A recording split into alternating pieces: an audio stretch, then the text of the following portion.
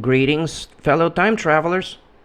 Welcome back to the Prologue world for episode 37 now of some casual hardcore-ish Minecraft, in which I'm trying to not die a second time now, working my way towards day 200.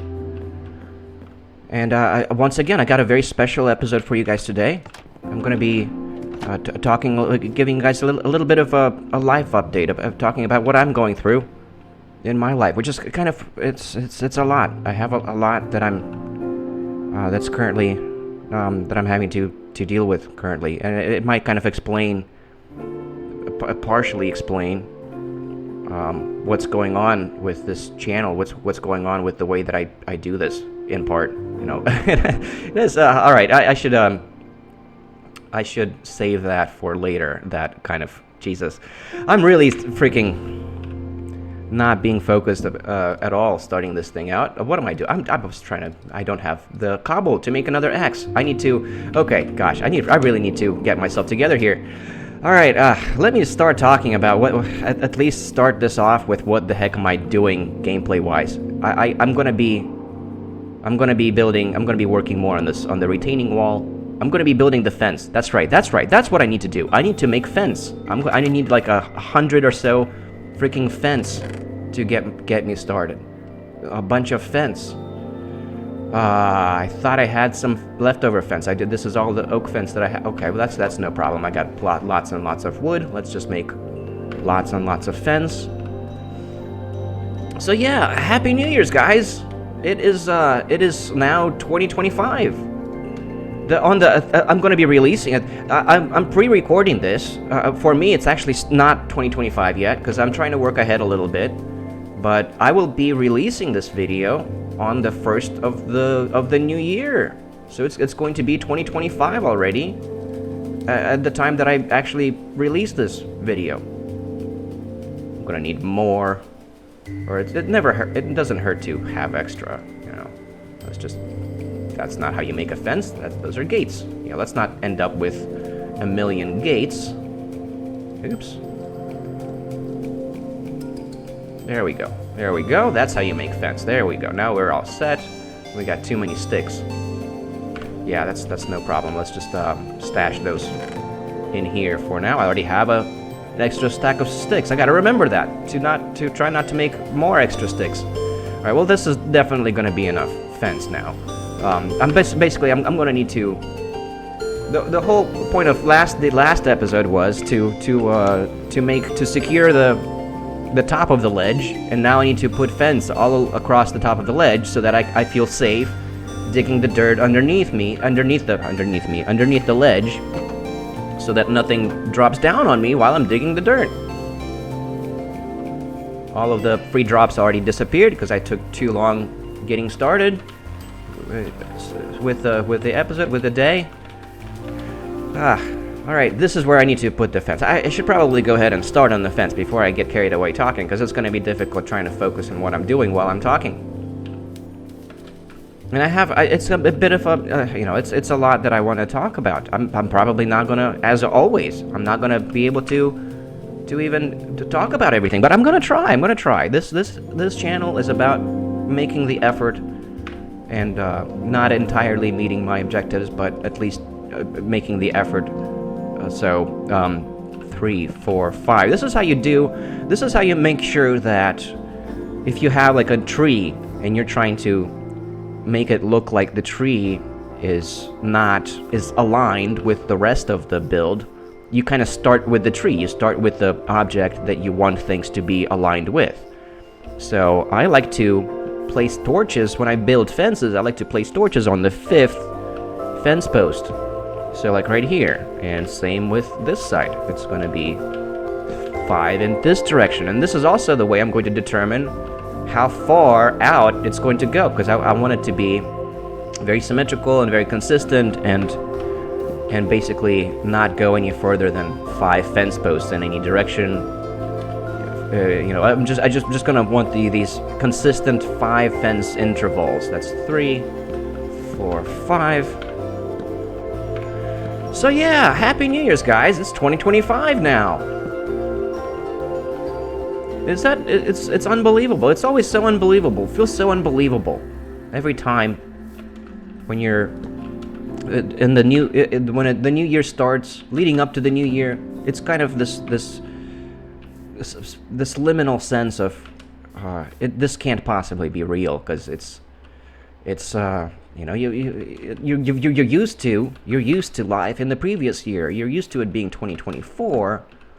And before that, like, I remember the 90s and feeling like the year 2000 was so distant. It's so far in the future. And it was so unbelievable when the year 2000 rolled around. And now we're in, like, it's 2025 now. It's going to be, can you believe, it's going to be, if it's possible for it to be 2025, that means that it's probably possible for it to eventually become 2030.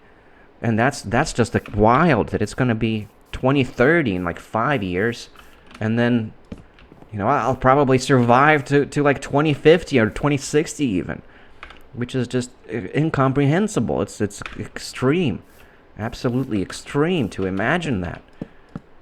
We're in the future, guys.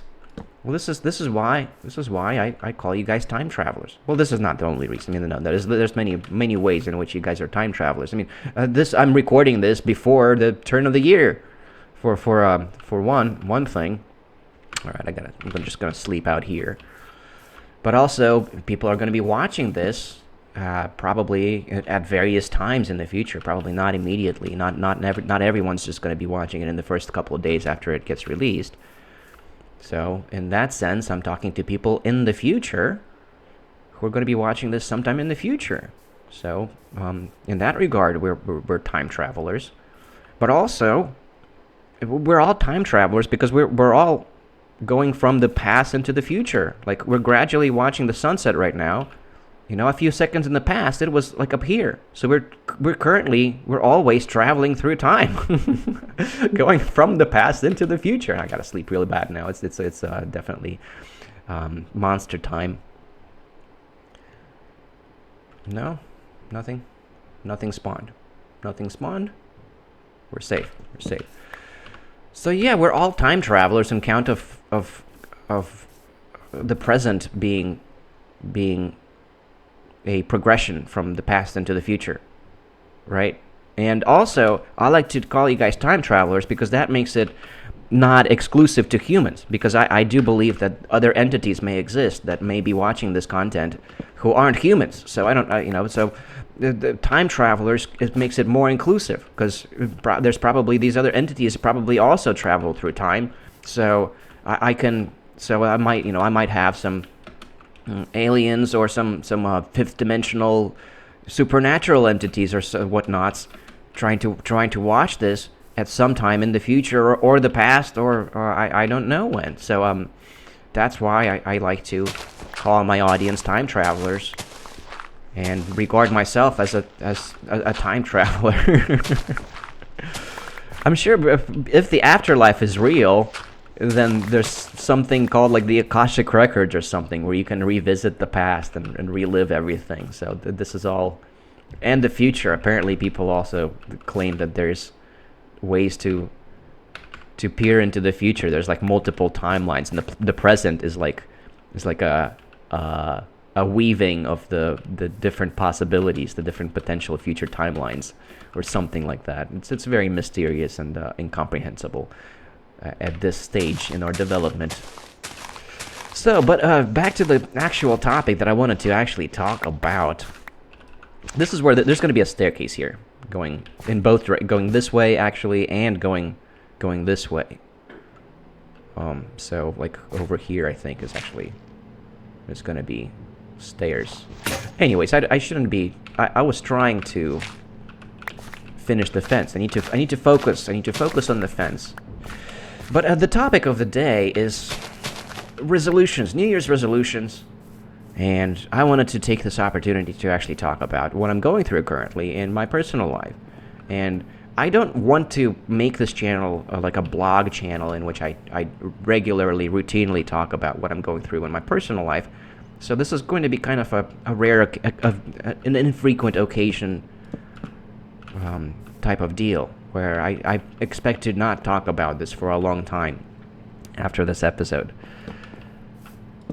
But I did want to take the moment to mention it because it is pretty significant and it does make a big difference, and it is pertinent to the channel, to the reasons why I'm doing this in such an unmotivated, low effort manner. 3, 4, 5. 3, 4, 5. Let me just finish the freaking fence post before I start talking, because I can't focus on too many things. I can only do a commentary while I do something completely mindless that I don't have to focus on. If I have to count, then it's like I can't do two things at once. My mind is it's too much. I can do something that's automated, that's like digging dirt or chopping trees, and I can maintain a lively, mildly entertaining commentary while I'm chopping trees. 4, 5. But if I have to freaking count, it's like no, I can't do it. I have to actually focus on the counting. 3, 4, 5. One of my resolutions, I'll start with the easy ones. I have 2 New Year's resolutions for this year. One of them, the easy one, is to not start any new Minecraft worlds, because I have too many of them. I have an immensely difficult time letting go of my Minecraft worlds. Even after I die in them in hardcore mode, I want to just keep playing in them. So what I end up doing is I end up starting a new world, but then still planning on coming back eventually to the old world in which I died in. And this has happened multiple times on camera, but then off camera, even in the worlds that didn't die, I would encounter something that feels particularly challenging, like I would start a build that's like just kind of big, kind of more than 4, 5. This is how you build a fence while you're not focused on counting. It takes you much longer. 2, 3, 4, 5. What I end up doing, I end up encountering something that's particularly challenging, like building a big build that feels like it's more than I'm trying to bite more than I can chew.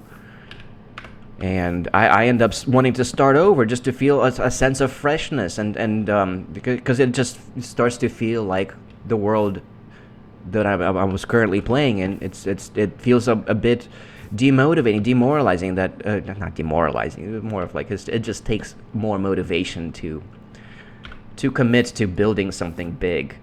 So I try to kind of take it slow and take it one step at a time and start with small builds. But I really want to stick with my old worlds and not start any new worlds in this new year.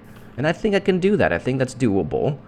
I don't really care about the new content very much. The Pale Garden, I just updated the game to 21.4. We're in 21.4 now. Yeah, you can see it in the top left corner there.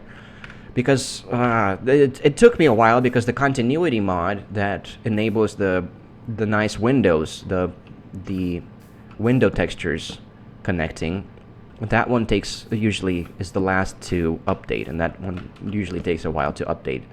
So that's why it took me up until just now to actually update. But it doesn't even matter, because I don't intend to really go out there and to try to explore the world just to come across, to seek out one of these Pale Garden, one of these Pale Garden biomes.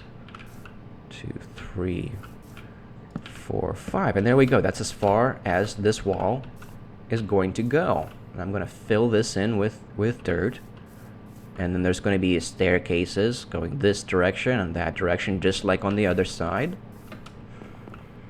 That's the plan. 3, 4, 5. And now I'm just going to count again to make sure I didn't miss anything. 5, because it really sucks when you find out, like, later on, after you've already built a whole bunch of other stuff, and then you find out you miscounted at some point. 5, 5, 5, 5, 5, 5, 5, 5, 5, 5, 5, 5, 5, 5, 5, 5. We're good. I counted correctly. Okay, now I can focus on the commentary, because now I'm just going to be digging dirt. All right, now I can dig dirt in safety. This is my favorite thing to do in Minecraft. I love digging dirt in Minecraft because it's so soothing and relaxing. Yeah, this is going to look fantastic. It's going to be a massive, massive cow farm over here. I'm going to have lots of cows. I'm going to build a building over here for the mine head.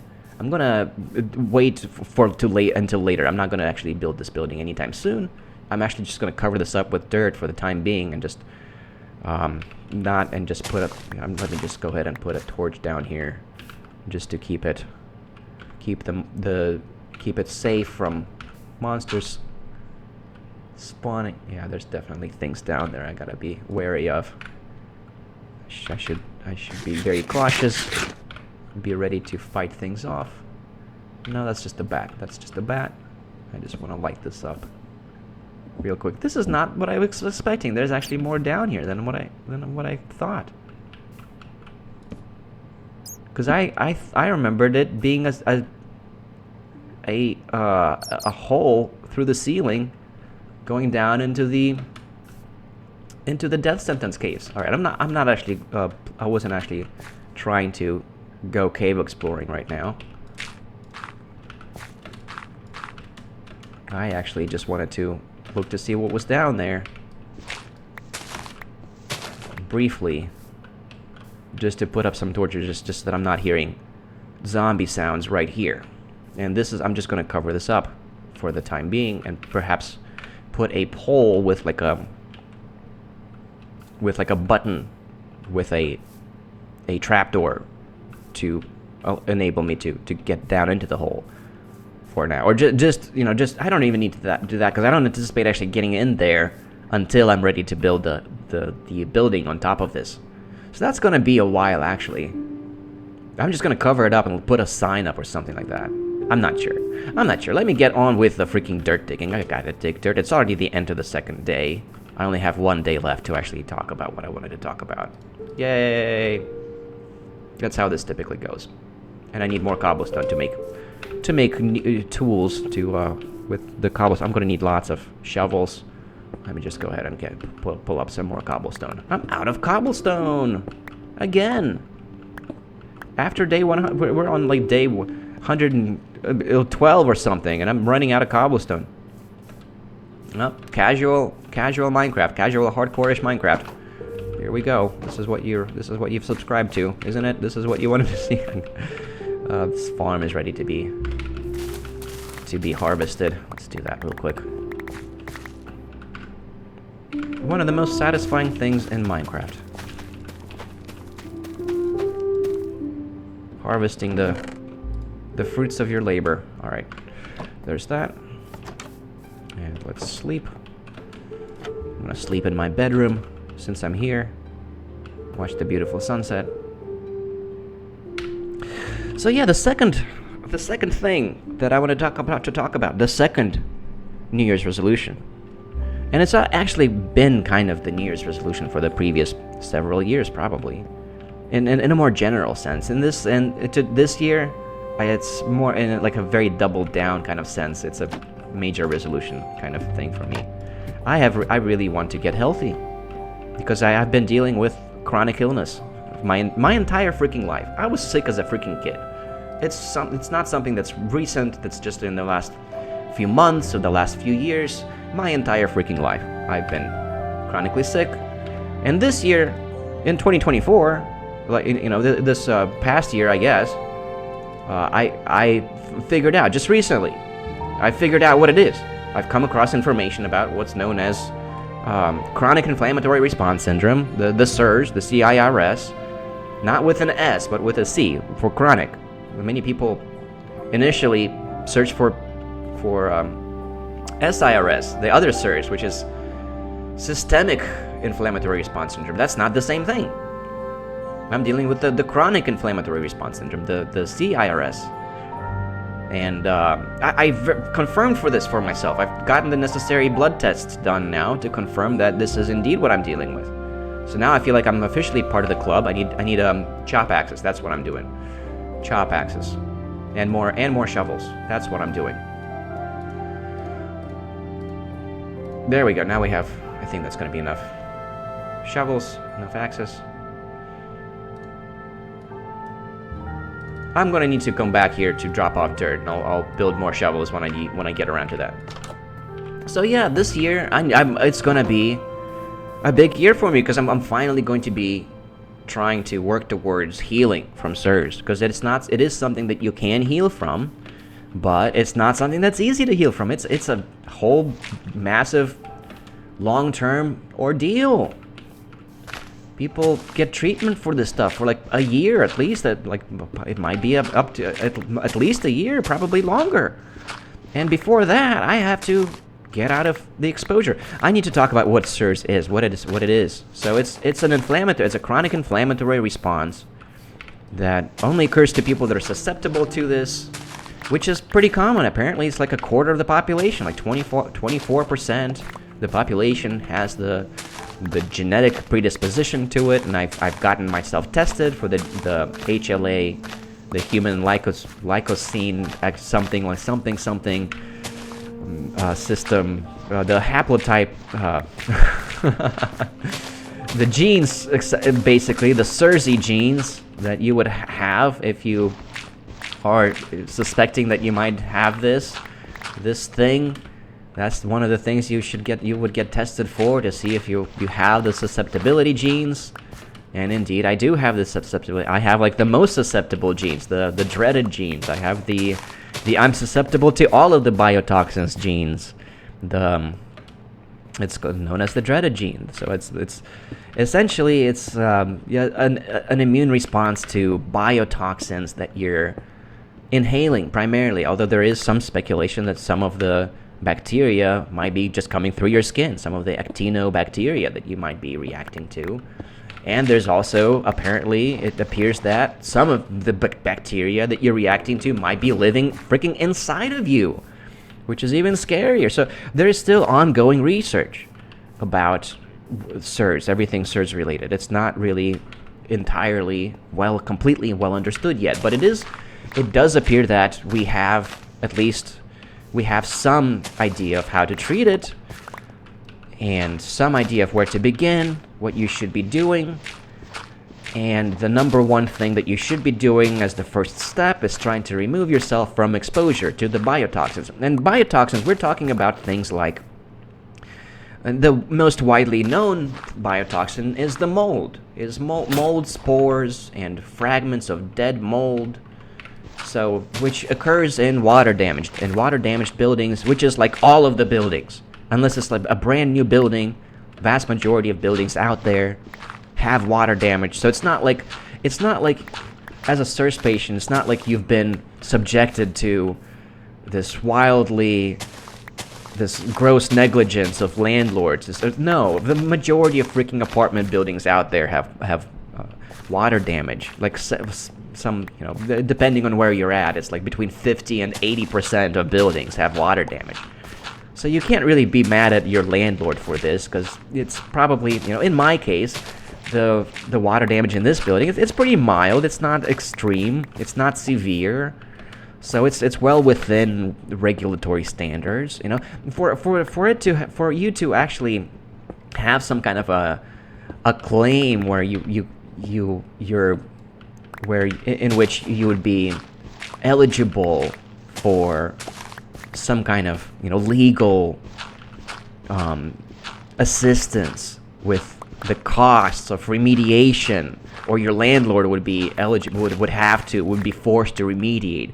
For that to happen, it has to be very extreme. It has to be like lots of visible mold growing everywhere type of thing.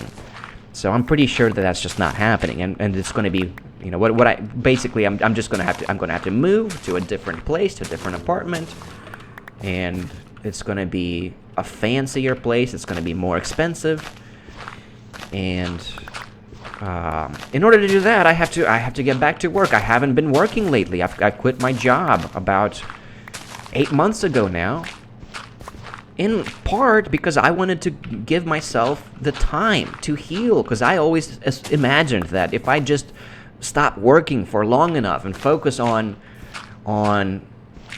developing a healthy lifestyle for long enough, if I give myself enough time to get used to an anti-inflammatory lifestyle, an anti-inflammatory diet, spend more time outside, go outside for walks to get fresh air, and perhaps even do exercise. But the thing is, when you're inflamed, exercise is kind of a painful ordeal. So I don't do exercise. I practice my the musical. I play the recorder. I try to do, and that feels like exercise because it gets painful just trying to exercise your freaking pinky and fourth finger, trying to play a musical instrument. That's that's exercise for me. So yeah, but just trying to live a healthier life. I thought that I would get healthier just from that. And years ago, I spent many years of my life, I assumed that all of these symptoms I'm experiencing are from smoking cigarettes. I used to smoke cigarettes. And I quit. I quit smoking a couple of years ago. Finally, it's already been almost 2 years that I've quit smoking. And I was really looking forward to feeling healthier after that, because I thought, I was always under the impression that that's the first step that I gotta take. I gotta quit smoking. It's no use to even be trying to see doctors about this stuff, because I know that this is just the effects of being a smoker. I'm just unhealthy because I'm smoking cigarettes. Of course I'm going to be unhealthy. So years of my life went on the effort of trying to quit smoking. I was basically trying to quit smoking the entire time that I was ever smoking, which was like 13 years. I spent 13 years as a smoker actively trying to quit smoking that entire time, the entire 13 years. I made literally hundreds of attempts to quit before I managed to succeed in finally quitting smoking cigarettes. And then that didn't help. I'm still freaking sick all the freaking time. And the effects, the symptoms are basically, it's like the main symptom is the freaking inflammation part. The chronic inflammation part, where it's like, well, it's muscle aches, just muscle aches, muscle tension, but also your brain feels inflamed. I was recently told that inflamed is the proper way to say. I've been saying inflammated, but no, you're supposed to be saying inflamed. So I'm trying to relearn the right language. But yeah, your brain is inflamed, and that's also major. So you're essentially you're talking cognitive impairment from years of brain inflammation, which also kind of explains the level of brain fog and the trouble finding words. That's a listed symptom of CIRS, trouble finding words. Which, if you are a long-time viewer of this channel, you will be very familiar with that. Very frequently, I will add in the video description any words that came up that I couldn't remember in my live commentary. I get the tip of the tongue phenomenon constantly, and I'll come across words that I couldn't remember. Like, what's this landscape feature called? This is called a peninsula. I forgot that word. It's a peninsula. It's also known as there's also the term called the word bank, like when a stretch of land is kind of stretching outwards. Scary zombie sounds over here. I'm pretty sure it's coming from the cave underneath. Alright, I gotta sleep again, and then I guess I gotta play for one more day, because I want to talk more about this. I'm not done talking about this. It's gonna be a long time before I come back to this conversation. I don't want to keep talking about this every episode. This is a one-time thing. This is gonna be I just want to make this one concise episode in which I talk about CIRS, and how I have CIRS, and how I'm chronically sick all the time. But yes, quitting smoking didn't help. Quitting my job and just taking it easy and trying to change my diet and I'm trying to more than just change my diet. I'm trying to practice what's known as alternate day fasting, which is also helps tremendously with chronic inflammation. Here's my dirt chest is right here. This is where I need to drop off the dirt. Focus. More shovels. I need more shovels. I don't need the birch logs. Let's drop off the birch logs. I don't need them. And I need to be digging lots of dirt and cobblestone. There, shovels. I have lots of sticks. Let's not make new sticks. I don't need to make new sticks. I have lots of sticks. Bunch of shovels. 4 shovels. Yeah, there we go. There we go. All set. All set. All set to dig more dirt. Now I can... Damn it. I got door jinxed. Now I can go dig dirt. Back to the relaxing dirt digging. This layer is also going to need to go. Got a lot of dirt digging to do, which is very pleasant. I love digging dirt. So yeah, CIRS, chronic inflammatory response syndrome. So this is indeed what I'm dealing. And the brain fog. You're essentially watching a person with cognitive impairments playing Minecraft.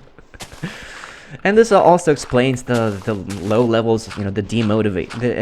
You feel very demotivated from CIRS because you're sick because you're feeling uncomfortable. You're feeling the physical discomfort of feeling stuffy. Your nose is stuffy. It's essentially it's flu-like symptoms. This is how I try to explain it to people that don't have CIRS, that don't feel this constantly. What you feel, the way you feel when you have the flu, minus the temperature. I don't have temperature, but like the early symptoms of flu, when you feel muscle aches, muscle stiffness, you feel stiff, you feel achy, you might have a headache, and you feel fatigued, you feel like you don't want to do anything, you don't feel motivated, and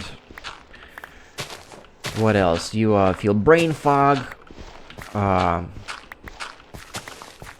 Perhaps you might have some diarrhea going on. You might that kind of all of that. There's so many CIRS symptoms. There's like 37 symptoms or something, but a lot of them are flu-like symptoms, as people call them. They're basically symptoms of your innate immune system reacting persistently. Basically, people with the CIRS genetic susceptibility don't have the capacity to make antibodies to these biotoxins. That's what's going on. You're subjected to the biotoxins, which is mold and actinobacteria, which also thrive in water-damaged buildings, but also from bad hygiene. They thrive from the moisture in your bed sheets and on your skin. There's actinobacteria on your skin that you're reactive to. So a big aspect of trying to escape exposure is to just be living a more to just improve your hygiene. And just clean more and do the surface cleaning more frequently. Mop and vacuum. Do HEPA vacuuming and you get some fancy air purifiers. I do have some fancy air purifiers. I've been doing more surface cleaning, mopping and vacuuming, doing that type of stuff. Just trying to reduce the exposure as much as I can where I'm at, because it's going to be a while before I can move out. But yeah, basically, people with CIRS, we can't produce the antibodies to these biotoxins. So what ends up happening is your innate immune response just persists. You get the flu-like symptoms of your initial immune response persisting indefinitely, until you can escape from exposure. Because these biotoxins, your body has a very hard time getting rid of them otherwise. If it's not through the antibodies that normally bind to the biotoxins, and then they get excreted. But if you don't have those antibodies, if your body's not producing those antibodies, if you have the CIRS genes, which is a quarter of the population, have the CIRS genes, then they circulate in your body indefinitely through the bile system. They get caught in your bile, but then your body reabsorbs the bile, because the bile gets reabsorbed like 9 times before it gets excreted. Very little bile actually gets through your gut system to actually get excreted. So the treatment for CIRS is they use bile binders to cholestyramine and Welchol, and the okra beet extract for the weakest one. That's the easiest to get because you don't need a prescription for that. But they bind to your bile to help you excrete your bile, and that's how you get rid of these biotoxins. But if you're still in exposure to those biotoxins, the treatment isn't very effective or not effective at all because already completely filled with dirt. Yeah, it filled so fast. I think I have chests over here that have dirt in them. I still have some time left in the day. So the toxins recirculate in your body indefinitely, or for at least a very, very long time before you finally get rid of them. Technically speaking, removing from yourself from exposure in the long term should be sufficient. Like you will eventually all of the toxins you will eliminate all of those toxins from your body naturally but it just takes a very long time, an extremely long time, even after you remove yourself from exposure without the bile binders. So that's I do intend. I probably will. I will have to get on the binders. I will have to pay up for the fancy CIRS doctors because it's not just that's just the first few steps. After that, there's many more steps to treatment to actually regulate, get your immune system back into regulation because it affects like a dozen different immune response blood markers that are dysregulated, that remain dysregulated even after you remove yourself from exposure. And there's a very lengthy process that involves many different pharmaceutical treatments and lifestyle treatments, and they can't be all done at once. They have to be done one step at a time. So it's a very long-term treatment. It's like you're just going to be sick for a pretty long time until you actually feel healthier.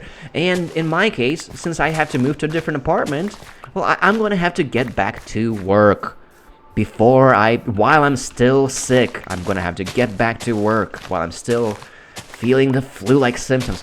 And this is extremely, extremely disappointing and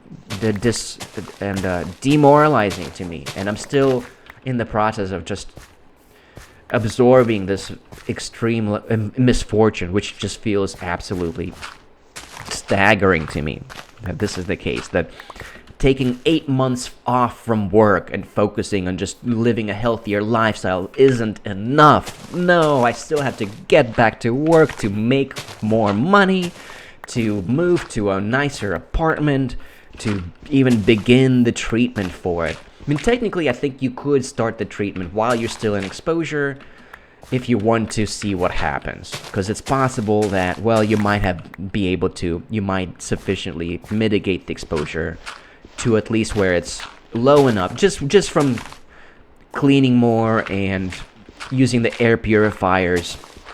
You might be able to reduce your exposure sufficiently to where the binders will actually have a significant effect.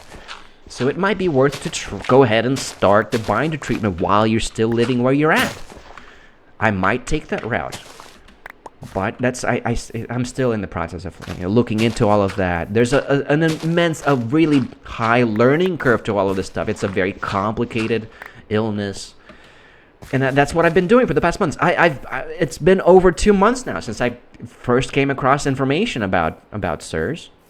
And I've recently, only a couple of weeks ago, I've confirmed for myself that indeed this is what I'm dealing with. I got the blood tests for it to confirm that, yeah, I have the dreaded gene, the multisusceptible haplotype, and I have the immune response blood markers that indicate that I'm currently.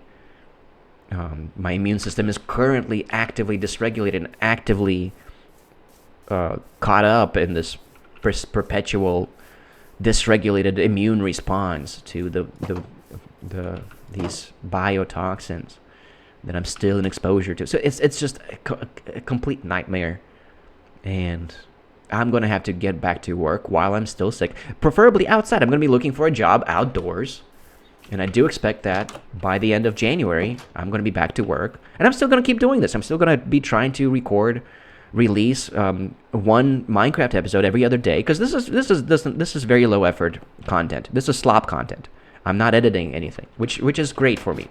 It is, and guys, it is so encouraging, and it means so much to me to see that people actually are watching this stuff. That it's kind of working to a very limited extent, but it is very much working. Like, there's at least a couple people that watch through the entirety of these episodes, that leave me likes in the episodes. The past few episodes have been receiving a tremendous level of feedback to me, which to me is a big level. I mean, if I get over 100 views on my video, that's like a lot to me.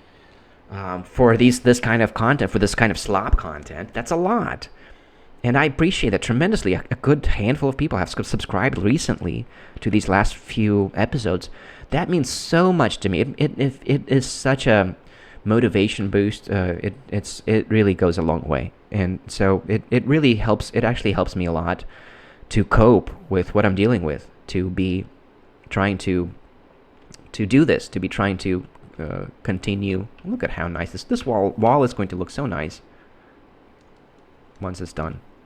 And it's not going to take that much. Just a couple more episodes, and I'm going to be 3 or 4 more episodes, I think, and I'm going to be done with the cow farm. Yeah, it's still going to be a while, but it's not going to take that long. So yeah, it really means a lot to me, and it goes a long way. Like it's really, like, it's a boost of morale for sure for me to see that I am actually seeing a little bit of success with this channel. Starting to see that a little bit. It goes a long way. So big thanks to all of you guys that are with me through this. And once again, I'm not going to keep talking about this. I just wanted to talk about this one time and talk about where I'm at currently. And I'm going to come back to talking about philosophical matters in the commentary. That's kind of what I want to. That's what I originally started the channel for. I wanted to talk about philosophical stuff in a very amateurish way. Like, this is kind of my brand, amateur philosophy, and very derpy, completely unedited, completely unscripted commentary. And I do think that some people will find this to be strangely satisfying. And if that's you, welcome. You are in the right spot. I hope that you've enjoyed this. I've certainly, I enjoy thoroughly. I very thoroughly enjoy recording this stuff and putting this stuff out, and then seeing the response to this stuff. So I really appreciate you guys. Thank you very much for viewing this. Let me know what you think. Let me know if you've encountered CIRS in your life. Perhaps you're also a CIRS patient and you've come across this to see information about. There's very little about this out there so far. The CIRS research is still very early. The treatment, the way to treat people, everything is very early on. We're in very early stages in what to do about CIRS. So there's not much content about this on the internet. Not many people talk about it. Not many people are even aware that they have it.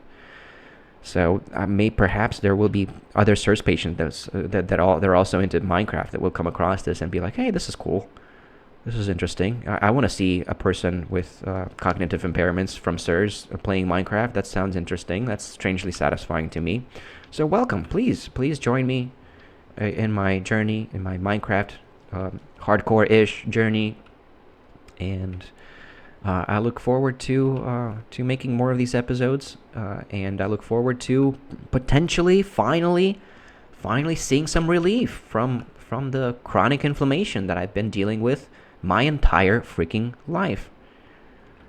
In 2025, I'm hoping to finally see some relief.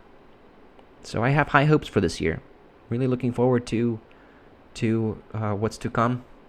Really looking forward to developing this channel. Really looking forward to sticking with the worlds that I have going on. I have 11 of them. 11 worlds that I care about. I narrowed it down from 16. So I'm the 11 Minecraft worlds, including 4 worlds, one of which is this one. 4 of my recorded worlds. I plan to return to all of them and keep playing in all of them. All right, that's it. I gotta stop. I gotta end the episode. It's been I already went for too long again. The next few episodes are gonna be brief because I gotta catch up with the schedule. I'm trying to keep this down to 3 days per episode, 3 Minecraft days per episode. So I gotta make some brief episodes in the next ones. But also the next episode is actually going to be another world tour, a world tour of one of my off-screen worlds, one of my 5 off-screen worlds in which I made it to day 100 in hardcore mode that are ready for the world tour. So that's next episode coming up. I'm gonna be doing a world tour of one of my off-screen worlds. All right, I already said that. That's it. I gotta bring this to a close. Thank you guys so much for watching.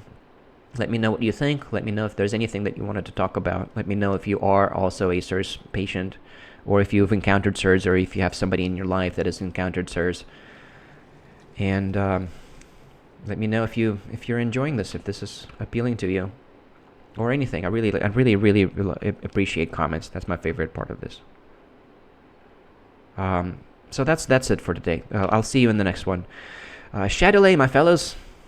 Shadowlay.